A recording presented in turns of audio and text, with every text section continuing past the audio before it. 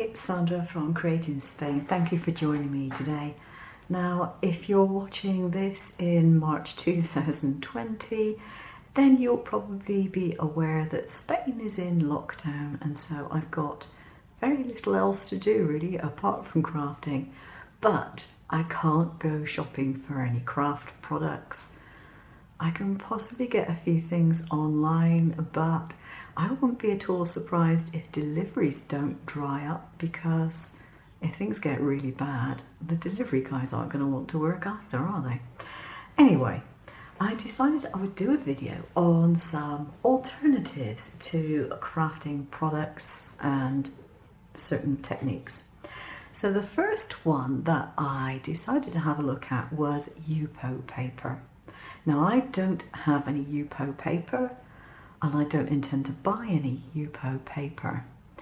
Now, to a certain extent, you can substitute a glossy photographic paper, but it isn't quite like Yupo. So I thought, what else could we possibly use? I thought, acetate, because acetate's impervious to things. But the trouble is with acetate is it's transparent, it's colourless. Why can't we paint the back of it? So here is a sample that I have done, and this is the painted side. And what I did was I got some of my acrylic. It's supposed to be, well, it's out of a set of texture paste, but this particular one is simply a white base. So yeah, it doesn't really have a texture to it as such. It's just a thick acrylic paint. And generally speaking, I don't use it because I don't have a reason to use it. So I thought, two birds, one stone, use something I don't normally use and get something that I want to use out of it. So I used this synthetic sort of rubbery roller, and I stuck this down on a piece of paper with some masking tape, and the reason for that is because I wanted to make sure the paint didn't go underneath it, because that will defeat the object. So I just wanted to make sure that the paint was only on this side. So I taped it down onto a piece of scrap paper and put one coat on, allowed it to dry for a few minutes, and then put a second coat on. And so it's pretty evenly coated. But we're not going to use this side. We're going to use the acetate side. So now, as you can see, I have what appears to be a white piece of glossy acetate. And I think that's probably going to be a fair approximation to a Yupo. Now, the other thing that you might want to think about is that there is absolutely nothing to stop you using different colours on the back, or indeed applying random colours on the back so that you have a two-layer effect with colour on the back and then colour on the front. Up to you. So let's see how well it works. And I'm going to pick a nice bright colour so you can actually see it. And let's zoom in. Here we go. So I'm just going to do some bright colours. And what else could I put with that? Oh, let's go for a pink. See what this is like. Okay, not too much of a difference in colour, but slightly different. We can apply alcohol to this, and I can get a piece of straw and I can make it do whatever I could have done with it if it had been on any other sort of surface. Now it's going to take a little while to dry. Not a problem, just leave it to dry and do something else. But I know that you can use alcohol inks on acetate and it works. This just gives you the background that you wouldn't normally have without putting a piece of paper or card underneath it and attaching it. Not because you can't do that, because you obviously can layer it up, but because you may not want to put a frame on and you can't easily stick it onto something without that adhesive showing. So that is my version of Yupo paper, and I would suggest that if you like the idea, you set aside a little time while you might be at home when you're not otherwise at home, and just set out a few sheets of it and do it all in one go, and then you've got your stock ready to go when you want to use it. My second tip, and it's one of these, now you should, if you've watched my channel, be fairly familiar with this sort of thing. It's a watercolour brush, an empty one normally, which is, as it happens, normally filled with water. But what I suggest you do is set aside one of these to fill it with alcohol, because then if you have your alcohol marker designs, whatever you want to do, you can then use this as if it were a brush, and you can do all sorts of lovely things with it because it has got alcohol in it, and it will dissolve your marker or your alcohol ink, whichever it is that you're using. My next tip relates to a possible shortage of your normal rubbing alcohol. Now, here in Spain, our main supermarket, Mercadona, sells this stuff, which is a cleaning alcohol, and it has a perfume in it, but I've tried it out and it does seem to be a pretty good substitute for the normal rubbing alcohol that we purchase in bottles like this from either the pharmacy, or in Spain's case you can get it in every supermarket possible, except probably at the moment. So if you happen to have any alcohol-based cleaners and you want to use some rubbing alcohol in the craft room while you're under certain duress, then I suggest you look in your cupboard and you see what cleaners you have that have got alcohol in them. And quite a lot of kitchen cleaners probably will, because alcohol tackles grease. So there we go. That is my third tip. If you don't have any alcohol inks, it is perfectly possible to make up your own. Now, I've got this one here, and this is simply made from liquid food colouring, a couple of drops.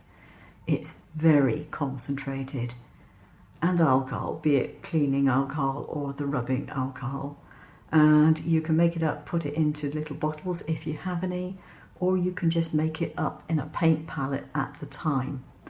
Very little difference whichever way you want to do it, but it is an alternative. So if you really don't have the ability to get your hands on the stuff, then you can use it.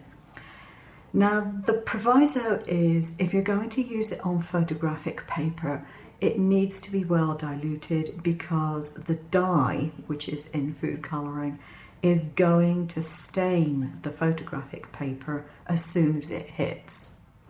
So on photo paper, a little bit limited. However, if you're using it on acetate, either clear acetate or the acetate as I showed you like this, it won't matter because it will dry in normal way. It won't soak into the surface. So I can put it on here. Let's take this one out of the way to avoid confusion. And that's a great big drop. And as you can see, it's dissolving the colour underneath, which you would expect. And if I get a straw,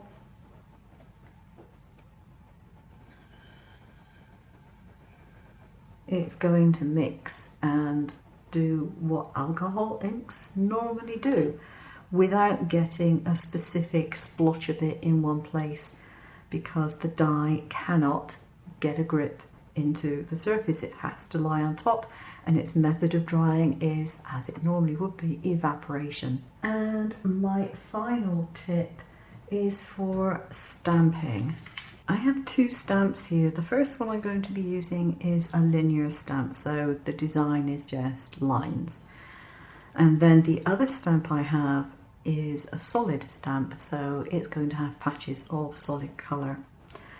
So you may be aware that you can use all sorts of watercolours and things like that when you're stamping in different ways. What may not have occurred to you and a lot of people have bought them recently because they are so supremely useful, is that you can stamp with gouache. Now, the main difference is it's actually easier because this is a more solid type of paint, if you like. So what I'm going to do is put a little bit, just the tiniest amount, onto my tile here. You know, you can put it onto your work surface as long as you can clean it. You can put it onto a silicone mat. I just use white tile. It's handy because people can see it. That does come in very handy.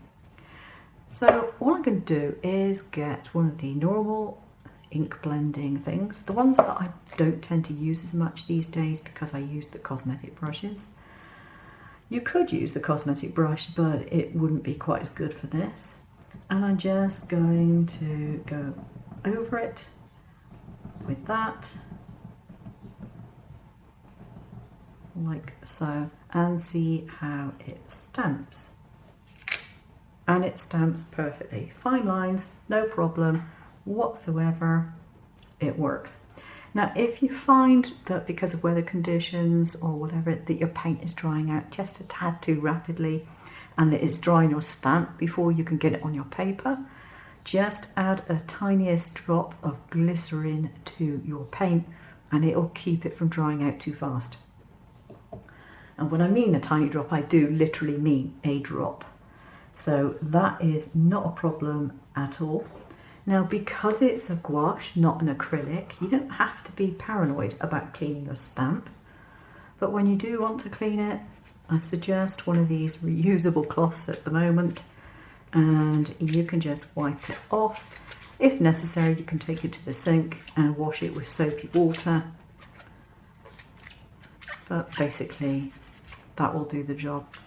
You can also get it's a little scrubbing brush which is made out of a flat piece of silicone with tiny little brush head on it for scrubbing your face, and that will do a really good job of cleaning up stamps as well, by the way. I did mention that in an old video a long time ago. So when it comes to the next one, I'm going to put another little amount of paint on here. Not a heck of a lot. As I said, this stuff won't ruin your stamps and it won't ruin your blending tool because it's water soluble. So then just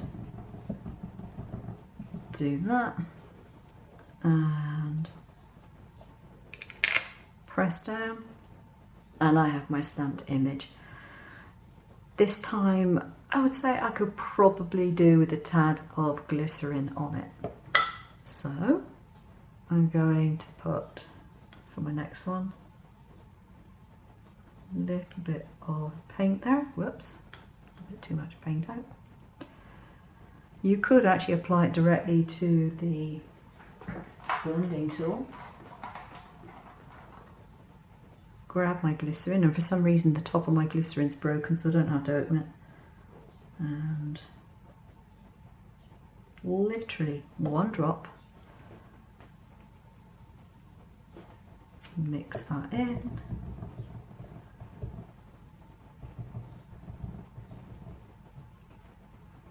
and press. Perfect. So as you can see, you can do your fine lines, you can do your normal solid designs, whatever you want to do. And of course, there is absolutely nothing to stop you from doing one layer over another layer. Because this is gouache, it's not transparent.